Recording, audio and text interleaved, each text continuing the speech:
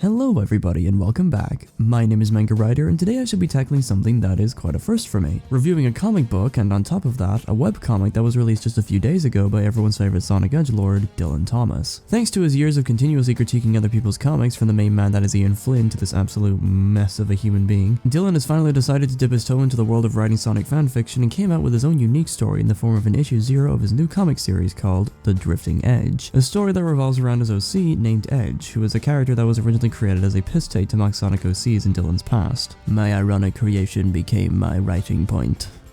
Fuck. So let's just dive right in and firstly go over my positives, which I found quite a bit. First off, the story. Drifting Edge opens up with a wall of text explaining that Sonic the Hedgehog was originally a source of peace to the people of the world, a hero that everyone could rely on no matter who the villain was or how bad things were going. That was until the tragic day that he died. I shit you not, Dillin thought the best thing to do to Sonic the Hedgehog was just completely kill him off. A bold move, but one I appreciate, which I'll explain later. With their symbol of hope gone and being under attack without his protection, the government thought of a way to get back at Eggman by hiring citizens to go to war, whether they were trained or not. This plot point transitions to the introduction of Edge, our main character, and his best friend named Jay, being assigned to search one of Eggman's old warehouses to see if anything could be of value to them, where they meet up with two other characters named Flint and Rex, two people that they have never met before. Without going too much into spoilers, because I want this video to be a promotion and not a retelling, this story's concept is one that has a lot of potential to be something great. Firstly, I do really like that Dillin decided to kill Sonic off, because with him gone, it allows the story to have this overarching feeling of dread throughout the narrative. Sonic's presence is something that a lot of people are used to at this point, especially in the world of fanfiction, so to have a story where Sonic is taken out of the picture entirely allows the comic to be more of its own thing. Rather than having the audience ask questions like, where's Sonic and when is Sonic coming in, making the audience aware that Sonic is currently rotting in the darkest depths of the dirt immediately replaces those questions with ones like, what will they do without Sonic? Will they survive? Was Sonic the only character that actually stood a chance against Eggman? These questions are infinitely more interesting and make you want to see what happens to these characters rather than have Sonic be a Deus Ex Machina if the plot kept him alive. Drifting Edge now has more tension, more stakes, more interest, and rather than this story now has more tension, more stakes, more interest, and rather than wanting to see how Dillin interprets a character everyone already has their own headcanon of, you're now much more accepting to learn about these new characters that he gives you, which is a very good move and makes the character stand out far more. And the fact that Dillin mentioned that a lot of people just gave up after Sonic's death is a very realistic and a very splendid touch, as this detail can be a very nice thing to explore if Dillin ever decides to go down that path of the story, leading to plot points like, how do some of the people move on? What drives them to keep on living now that Sonic is gone? Will these characters give in to Eggman's invasion? Will there come a time where a portion of the people turn on their fellow man because they think it's pointless to fight back? Will there be some characters who have been waiting for this new dark era? Does this invasion cause the creation of new villains down the road? Will morals be questioned? How did the Sonic cast deal with the death of the hero they took for granted for so many years? These are questions that I would personally love to see answered in a story that explores as many aspects to this dark era as possible, as opposed to just focusing on the missions and the action, like what Forrest is dead. So all in all, great premise and a lot of things the future of this comic can dive into.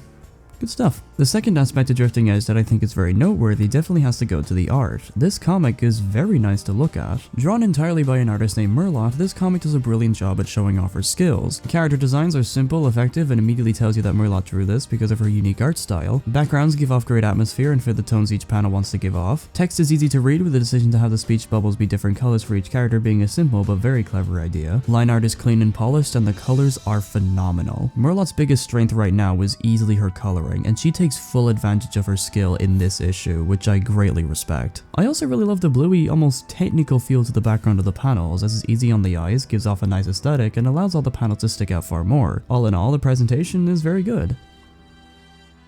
So because I'm not one to suck off other creators, I do have some criticisms toward this issue, however, my first being about the art. You may be a little confused considering that I just spent the past few moments talking about how great the art is, but the main issue I have with the art of Drifting Edge is the life of the drawings. While the characters are nice to look at, I feel like this comic would benefit much more if more attention was brought to the characters' movements and expressions, because right now, the characters are too stiff. Many of the panels consist of characters just standing around with the only thing changing being mainly the arms, but the body mainly stays straight and upright, making the posing suffer as a result. This stiffness can also be seen in the action, with the posing seeming very very articulated as opposed to lively, which killed some of the drama for me. My personal advice to make the posing better would be to use a line of action. This simple trick allows an artist to better see how a pose will look and will immediately create more life as a result. Another trick would be to not be too scared to go off model. This is a must do for stuff like expressions, as going a little off model will allow an artist to create much more impactful emotions for their characters. The prime example I could find in this comic is Edge. His expressions are done well, so giving the other characters the same treatment will work wonders. And the final trick that I suggest is to pose the characters based off their personalities. To show Flynn's confidence, puff out his chest. To show Jay's neutrality, have him slouching. To show Rex's quiet demeanor, have his head be constantly down with his pupils looking at anything but the characters, which you can then show how much he trusts Flint by having Flint be the only character Rex looks at directly. It's little adjustments like these that'll make the art go from being something good to being something great. To be fair, I'm sure that this comic is Merlotte's first true comic and that this has been a massive task to do already, but I'm confident that with practice and by taking some of my suggestions, her art will only get better, which is something I'll be looking forward to seeing if that happens. So Merlotte, I hope this criticism was fine, and I wish you luck. You could do it. And for my last critique, I'm not the biggest fan of the dialogue. I mention the dialogue specifically because in terms of writing characters, paying attention to how they would talk is something that greatly enhances the realism of these characters. A speech pattern is something that will help immensely in telling different characters apart, and in this issue, I didn't see much of that. The way Edge, Jay, Flint, and Rex talk to each other is a little too similar, and I think a change to that would be something to focus on. To further illustrate my point, let me provide you with some examples of dialogue and how I would change it to suit the characters from what I've seen in this issue. Edge is a positive, naive, and simple ball of energy, something that is a complete contradiction to his name, and I think that's pretty cute. So rather than have him say something like this, "Hey, don't worry, I'm sure we're gonna get plenty of credit for something like this. We can load up on food until they need a tech team again." Make his dialogue more simple and to the point.